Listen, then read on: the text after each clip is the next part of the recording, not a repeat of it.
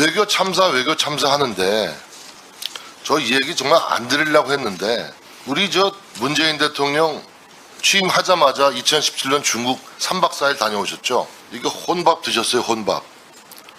10끼 중 8끼를 혼밥을 드셨어요. 중국에 왜 가신 겁니까? 뭐 맛집 순례 가신 거예요?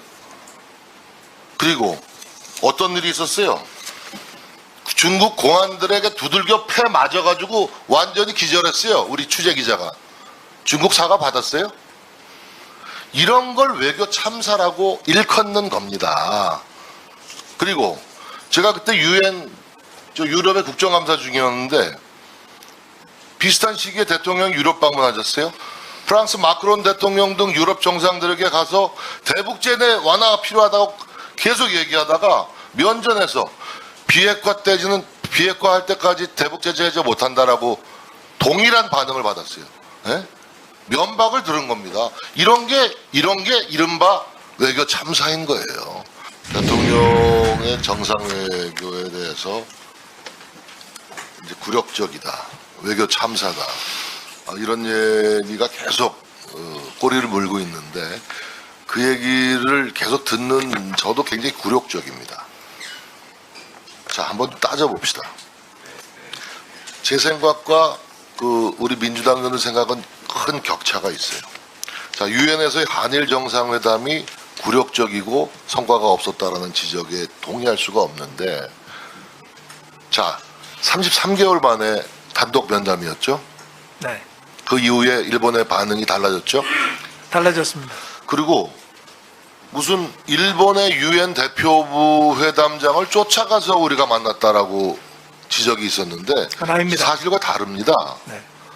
제가 알아보니까 한일 정상회담이 열린 장소는 유엔 총회장 인근의 컨퍼런스 빌딩 7층이에요. 그 7층. 여기는 그 CTBT, 즉 포괄적 핵실험 금지 조약 관련 회의 장소도 있고 다수의 외교기관이 입주해 있는 유엔 외교무대 핫플레이스입니다. 그 빌딩 28층에 일본 대표부가 있는 건 사실인데 한일 정상회담이 열린 곳은 7층의 별도 회담장이었어요. 맞습니다. 우리가 그러니까 일본 회담장을 쫓아가서 만난 게 아니죠. 아닙니다. 그렇죠? 제가 한번 이걸 보여드릴까요? 여기 바로 뉴질랜드 총리도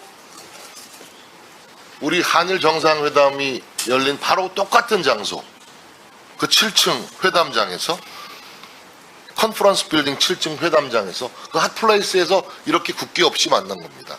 그렇죠? 그리고 정작 우리 유엔 대표부, 한국 유엔 대표부를 찾아온 정상이 있었어요. 누구죠? 독일 총리가 찾아왔습니다. 그렇죠. 오히려 독일 총리는 뉴욕의 한국 유엔 대표부를 찾아와서 이렇게 만났죠. 독일 총리는 굴욕적입니까? 그런 이야기는 독일에서 못 들었습니다. 그렇죠. 2019년 문재인 대통령과 아베 총리의 아세안 플러스 3 정상회의 환담 장면입니다. 아세안의 한일 양국 정상은 굉장히 주요 인물이죠. 그렇죠? 상당히 여유 있을 인물인데 11분 요렇게 만나셨거든요. 여기 대변인 발표가 11분이니까 아마 통역 빼면 5분 만났을 겁니다. 5분. 저는 우리 정상의 어떤 외교 활동에 대해서 지나치게 침소봉대해서 교각사루의 우를 범하면 안 된다. 저는 이렇게 생각합니다. 적어도 이 신성한 민의의 전당에서 적어도 경험 풍부한 의원들이 모여서는 대한민국의 국가 대의와 국익을 고민하는 그런 시간이 되었으면 하고요. 외교 참사 하는데 저 이 얘기 정말 안 드리려고 했는데 우리 저 문재인 대통령 취임하자마자 2017년 중국 3박 4일 다녀오셨죠? 이거 혼밥 드셨어요, 혼밥. 10끼 중 8끼를 혼밥을 드셨어요. 중국에 왜 가신 겁니까? 뭐 맛집 순례 가신 거예요? 그리고 어떤 일이 있었어요? 중국 공안들에게 두들겨 패 맞아가지고 완전히 기절했어요. 우리 취재 기자가. 중국 사과 받았어요? 이런 걸 외교 참사라고 일컫는 겁니다. 그리고 제가 그때 유럽의 국정감사 중이었는데 비슷한 시기에 대통령이 유럽 방문하셨어요. 프랑스 마크론 대통령 등 유럽 정상들에게 가서 대북제재 완화가 필요하다고 계속 얘기하다가 면전에서 비핵화할 때까지 대북제재 해제 못한다라고 동일한 반응을 받았어요. 예? 면박을 들은 겁니다. 이런 게 이른바 외교 참사인 거예요. 대통령의 비공식적인 멋쩍은 혼잣말 이것을 침소봉대해가지고 예? 나는 민주당 의원님들 먼저 탓하고 싶은 생각 없어요. 난 MBC에 대해서 굉장히 유감스럽습니다. 아마 여기 증인이시죠, 장관님이. 어떤 상황에서 나온 얘기인지. 예? 지나가면서 혼자서 멋쩍은 중얼거림 내지는 혼잣말 이런 거예요.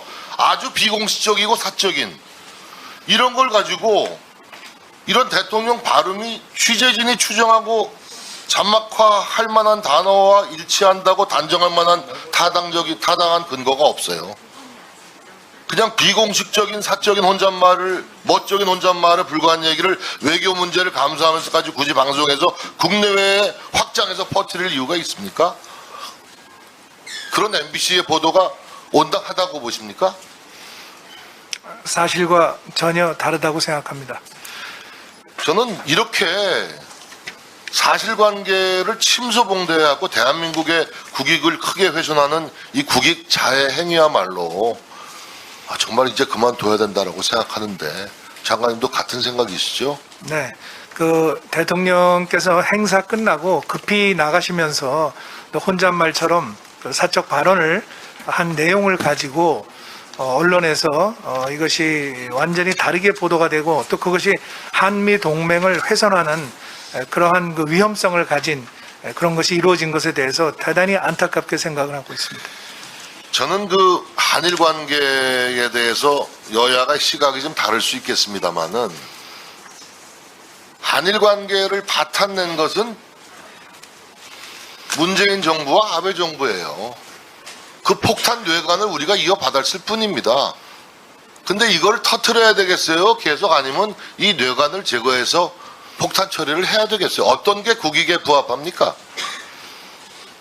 한일 관계를 이렇게 최악의 상태로 방치해 놓는 것이 국익에 부합합니까? 현안을 풀어서 한일 관계가 올바른 방향으로 갈 수 있도록 노력하는 일본 것이 중요합니다. 그래서 조심스럽게 폭탄 해체 작업을 하고 있는 겁니다. 네? 그런 노력에 격려는 못해줄 만. 힘을 뱉고 저주를 하고 대통령의 정상회의를 증오하고 이게 국격 실주 아닙니까? 이게 국익 자해행위 아니에요? 제가 강화되는 겁니다.